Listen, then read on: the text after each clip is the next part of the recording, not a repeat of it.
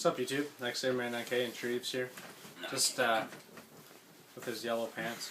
We're going to talk about decks, and a lot of people have misconceptions of decks, and they say that they don't take skill anymore. Like examples like dragons, even decks like E-Dragon. I just said dragons. Sam's Prophecy.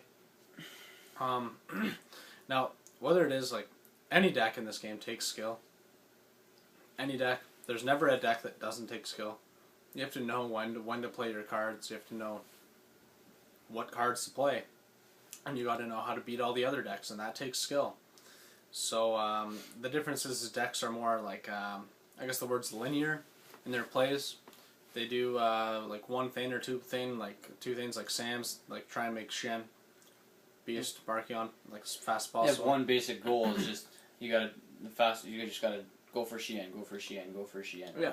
whatever, Barkion, Beast, anyways. And where other decks are utility, like you know, like you have different like gadgets, exactly. Like there's a million different ways like you win. You play by control. You play by not just I'm just gonna get Shen and then I'm gonna win.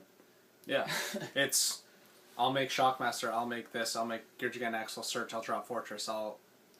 You can do a bunch of things in those decks. So like dragons, lots of people think they don't take skill because all you do is make Draco Sack, but yeah, it is what you do, but it's skill in playing the deck, knowing which dragon to banish, or and the mirror match. The mirror match takes a lot of skill too.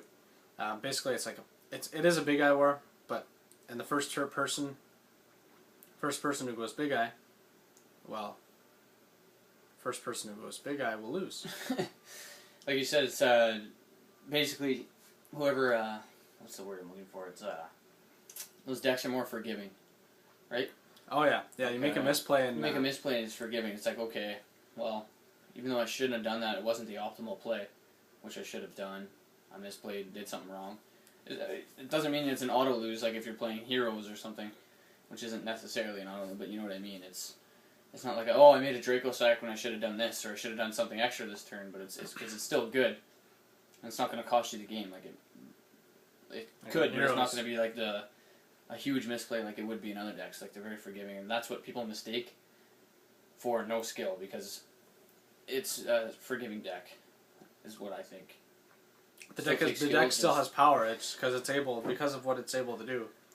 It can still come back next turn and recover from the misplay, whereas other decks kind of can't. Like in Sam's, it's very hard to recover from a misplay, or in gadgets are okay because of the versatility.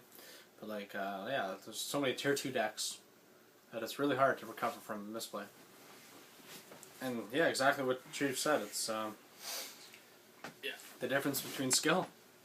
So it is still a derpy game, and certain decks are really overpowered compared to other ones, and it's going to be harder for you to win. But it doesn't mean that it doesn't take skill to do so.